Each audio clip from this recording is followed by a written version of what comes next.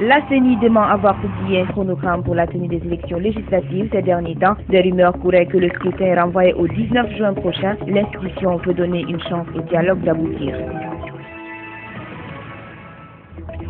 Le Conseil national des organisations de la société civile guinéenne décide d'accompagner la coalition des femmes filles de Guinée dans leur marche, une marche dite pacifique qui se tiendra ce jeudi au Palais du Peuple. Ils l'ont fait savoir ce mardi au cours d'une rencontre entre les différents responsables de la société civile.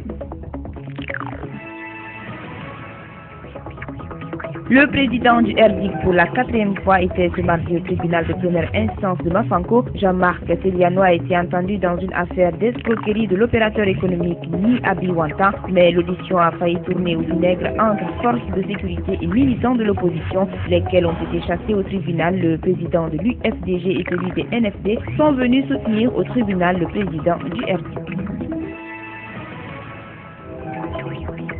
La tournée du président du Parti guinéen pour la Renaissance et le progrès dans certaines villes de la Moyenne-Guinée, après Sidi Madina, Pita, Alpha, Ibrahima Tilaba, a rencontré aussi ses militants de Dalaba. Objectif, les informer de la situation sociopolitique du pays, mais aussi déballer son programme de développement en faveur de cette ville.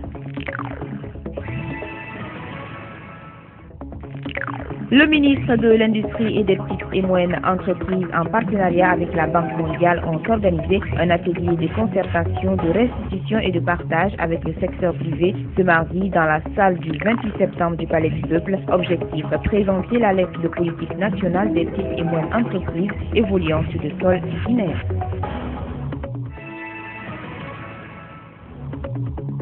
La capitale Conakry est confrontée de nos jours à un véritable problème de dépotoir d'ordures. Le constat révèle que seuls les espaces publics connaissent le ramassage des ordures dans presque tous les quartiers de la capitale. Au niveau des lieux d'habitation, les caniveaux sont remplis de toutes sortes de saletés qui dégagent une odeur à vous couper le souffle.